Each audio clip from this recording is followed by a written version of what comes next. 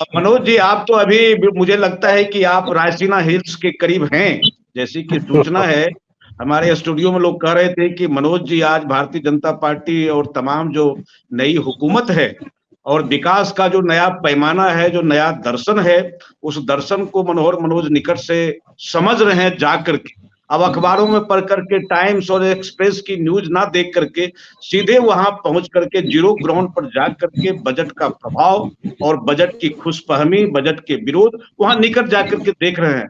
क्या हो हल्ला मनोज जी हो रहा। आप तो प्रसन्न लग रहे हैं इस बजट से, और विमल जी तो देख रहे हैं कि उन्होंने कहा कि लफाजी है, जुमला है, और इन्होंने कहा है कि बजट नहीं है, अकल भी इनके पास में नहीं है तो नकल भी बढ़िया से नहीं कर पाई इसने। आपको क्या लग रहा है कि अकल भी नहीं है, नकल भी नहीं है, या जुमला है मनोज जी? देखिए, समर्थन के लिए समर्थन करना, विरोध के लिए विरोध करना, ये हमारी फितरत नहीं है।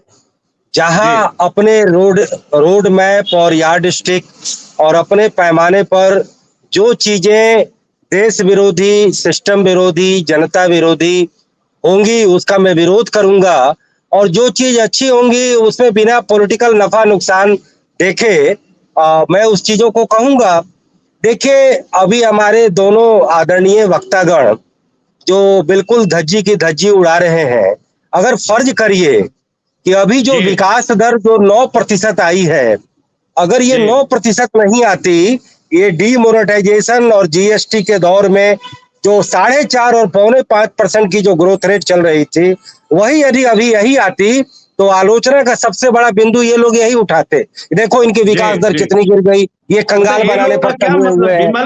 मनोज जी, विमल जी का कोई स्कूल है क्या जी? क्या नहीं, कहने का मतलब ये है, सारे आलोचकों की तरफ इशारा कर रहा हूं कि जो चीज दिख रहा है उसे कम से कम बोला तो जाए। अगर 9% ग्रोथ आती है तो क्या ये आलोचना का बिंदु है? अगर नहीं आती तो आलोचना का बिंदु हो जाता। आज अगर सबसे मैक्सिमम इन्फ्लेशन रेट अगर इस एनडीए 2 या 3 के शासन काल में अगर 7% जाता, वो मैक्सिमम है।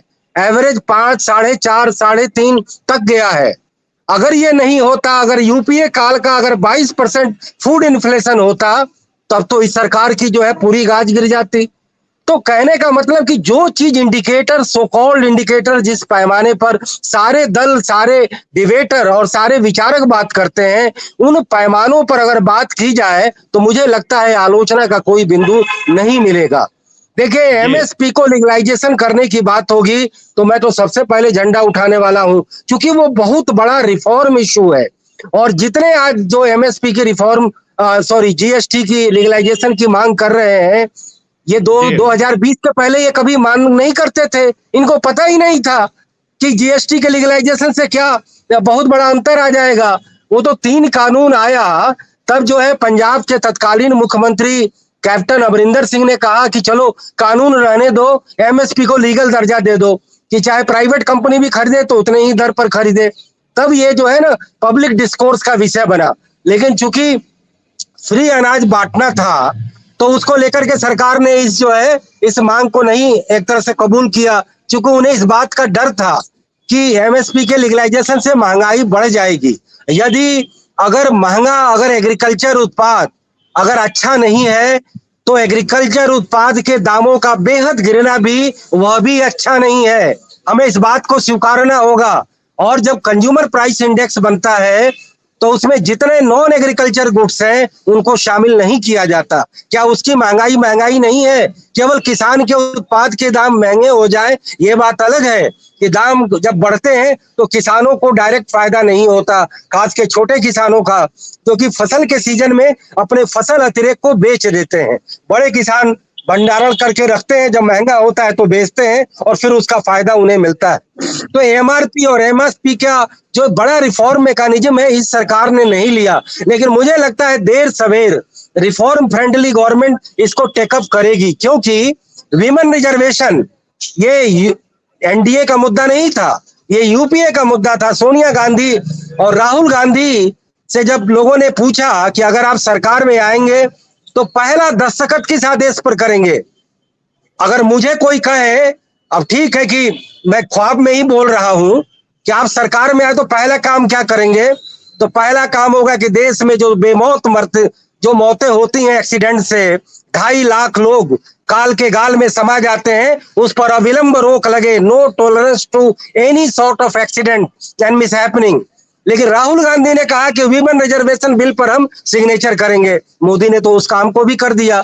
तो कुल मिलाकर के अब ये आलोचना एक मिली है कि बिहार और आंध्र, अरे भाई यूपीए की सरकार, यूनाइटेड फ्रंट की सरकार जब बनी थी, जब इंद्रजीत गुप्ता जब उसके होम मिनिस्टर बने थे, और उसमें जो तमाम धड़े थे, मनमोहन सिंह की सरकार बनी थी जिसके बहुत बड़े मुरीद दया सिंह जी हैं, वो तो अपने साझीदारों के पॉलिटिकल मैनेजमेंट में ही इस कदर बार्गेंड हो गए कि बड़े बड़े करप्शन और स्कैंडल हो गए और वो लोग मुंह ताकते रह गए। तो अगर पहली बार नरेंद्र मोदी को 2 बैसाखी मिली है चंद्रबाबू नायडू और नीतीश कुमार की, और बिहार तो पिछड़ा राज्य है, जेन्युइन पिछड़ा राज्य है, पटना के अलावा वह कोई शहर नहीं। अगर वह 4 एक्सप्रेसवे बन जाए, गया का अगर कॉरिडोर बन जाए, तो ये तो बड़ी स्वागत योग्य बात है।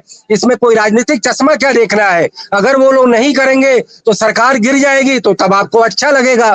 क्योंकि सरकार न गिरे, इसके लिए उन दोनों साझेदारों को अगर पैकेज दिया गया है बजट के बहाने, तो आपको अच्छा नहीं लग रहा है। तो मेरा ये कहना है कि आलोचना जरूर होनी चाहिए, लेकिन फेयर आलोचना होनी चाहिए। एक पॉलिटिकल एंगल के बजाय अलग अलग एंगल पर आलोचना हो, तो फिर वो आलोचना अच्छी मानी जाएगी। हमारा ये मानना है।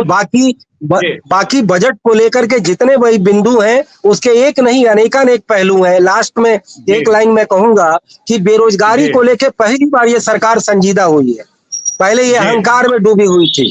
चुनाव के टाइम में बेरोजगारी एक बड़ा मुद्दा बना था, लेकिन अभी बेरोजगारी को लेकर इस बजट में जो इतने सारे कदम लाए गए हैं, उसका विजन एक ही है कि देश में सरकारी नौकरियों का कल्चर अब नहीं चलेगा। अब देश को एंटरप्रेन्योर बनना होगा, देश को जो है एमएसएमई में जाना होगा, छोटे कारोबारी को लाना होगा, स्टार्टअप को लाना होगा, बड़े कंपनियों का एक्सपोजर मिले और बाजार सेंट्रिक जॉब ज्यादा से ज्यादा मिले। ये विजन गलत नहीं है, लेकिन गवर्नमेंट में जितने खाली जॉब हैं, सेंट्रल गवर्नमेंट में 15 लाख, स्टेट गवर्नमेंट में 70 लाख, आप कॉन्ट्रेक्चुअल नौकरी सबको करो। आज भी सरकार में कॉन्ट्रेक्चुअल नौकरी चल रही है। यही तो गैर बराबरी की सब वजह है।